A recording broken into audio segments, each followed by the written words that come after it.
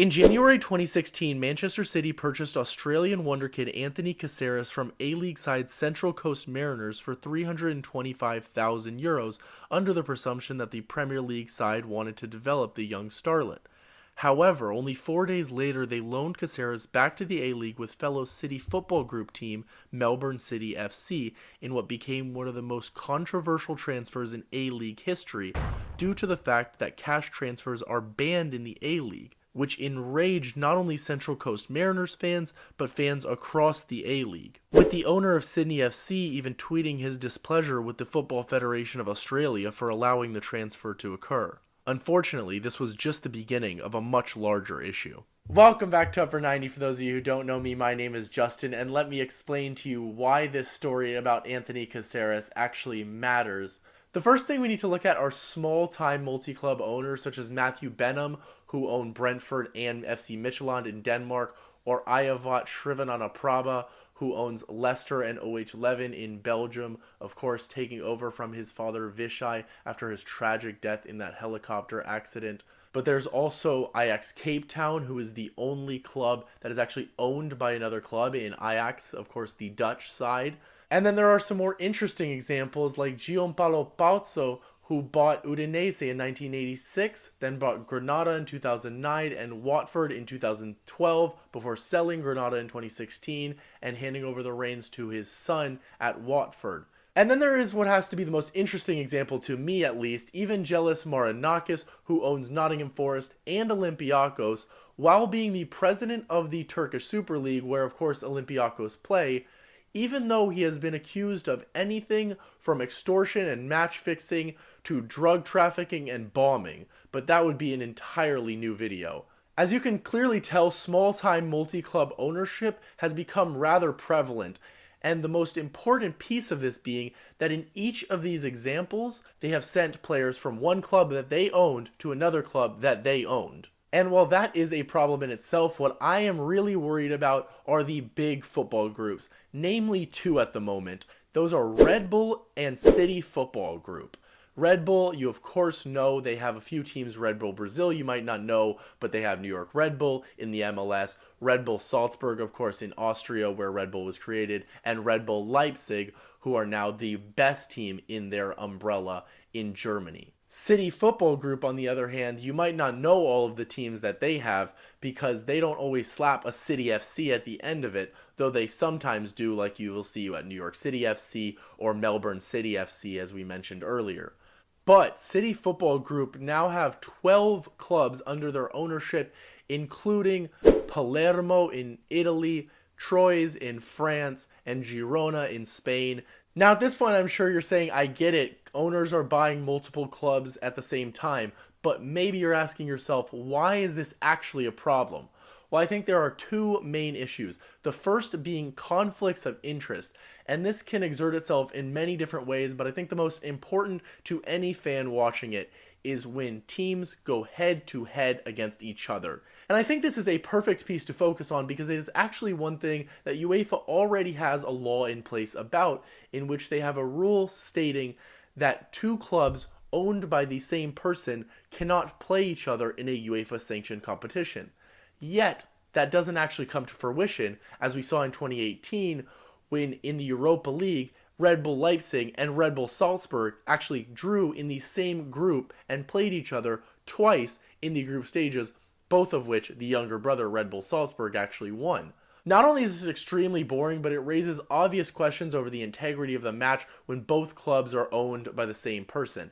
It feels like a youth game where one team doesn't show up with enough players, so you give them a few of yours just so that you can play the game anyway. It doesn't seem like a problem that's going to be solved either, as we've seen UEFA allow Red Bull Salzburg and Red Bull Leipzig to both compete in the Champions League this season, although they obviously did not meet each other. Just imagine for a second that they had meet each other, let's say in the Champions League final. Although it's obviously unlikely, it's completely possible. And how terrible would it be for the game of football if Red Bull Salzburg met Red Bull Leipzig in the Champions League final?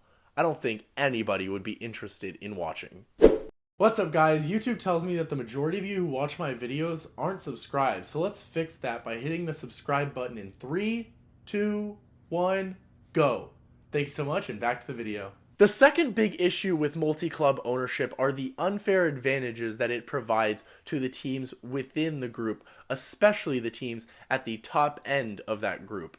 We talked about Anthony Caceres at the beginning, but that is not an anomaly, and there are many examples like that, such as David Villa, who was signed for New York City FC and then loaned to Melbourne City for a month to get match fitness, or Frank Lampard, who was signed for New York City FC and then went on loan to Manchester City FC and played there for a little bit. And although those are important issues, what's more important to me than players in their prime like Caceres or players past it like David Villa or Frank Lampard are youth talent.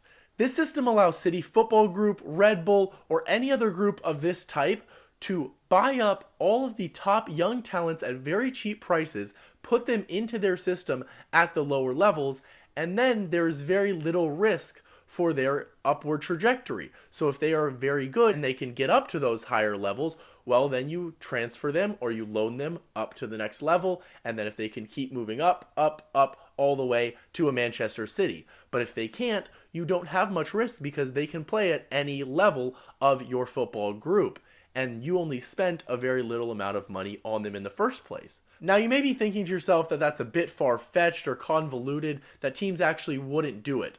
But let me tell you, you would be wrong. In 2017, City Football Group's Uruguayan side Montevideo Torque bought a player by the name of Tati Castellanos to see if they liked what he could do. Turned out they did, and they permanently bought him before loaning him up the ladder to New York City FC in MLS. He settled in very well and got the permanent move there 6 months later, and eventually won the Golden Boot in MLS in 2021, leading his team to the MLS Cup Championship in the same year. After all that success, City Football Group finally decided that it was time to test him in Europe, and they've loaned him to Girona in La Liga. He has shown no issue adapting to that level, scoring 5 goals in 18 matches, so expect a permanent purchase from Girona soon.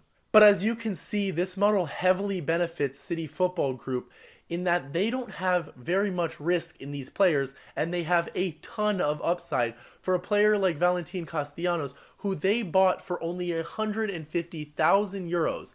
If he would have flopped, he could have absolutely stuck around in MLS or even in Argentina, and that money wouldn't have faced City Football Group at all. But now they have a player who is a starting striker in the second best league in the world, and they only paid 150,000 euros for him.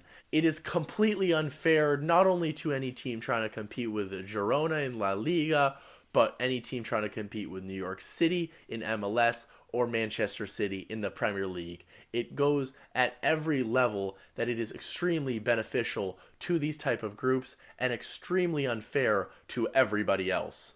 Now you may be saying to yourself, okay, Justin, great example. Clearly it benefited City Football Group, but it didn't necessarily benefit Manchester City at the top level.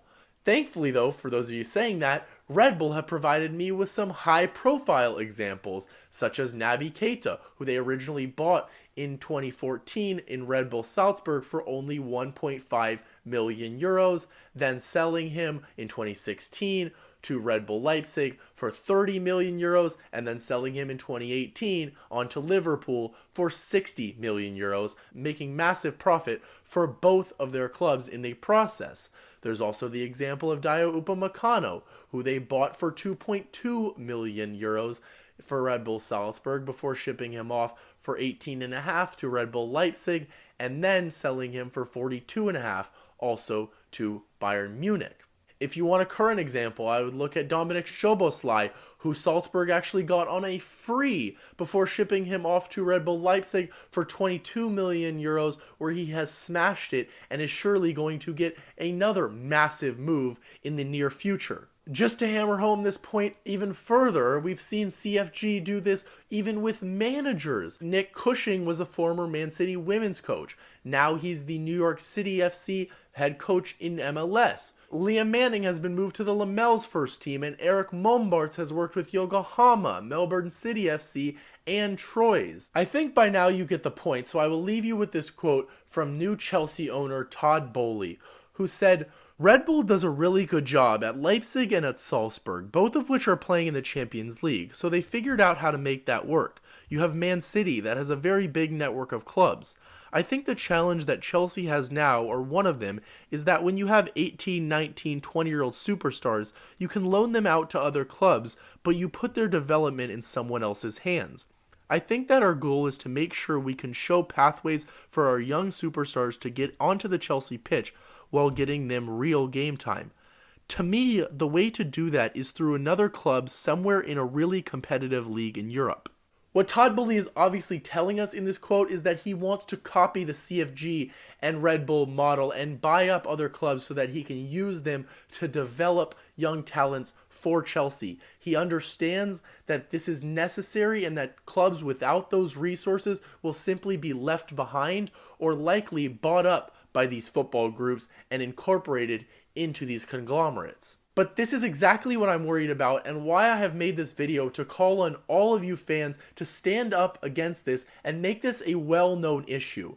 Fans stood up against the European Super League and stopped it because it was not what the fans wanted. Fans can do the same here because FIFA technically does have the ability to stop any ownership or even force any owner to sell their club if that club wants to compete in FIFA-sanctioned competitions.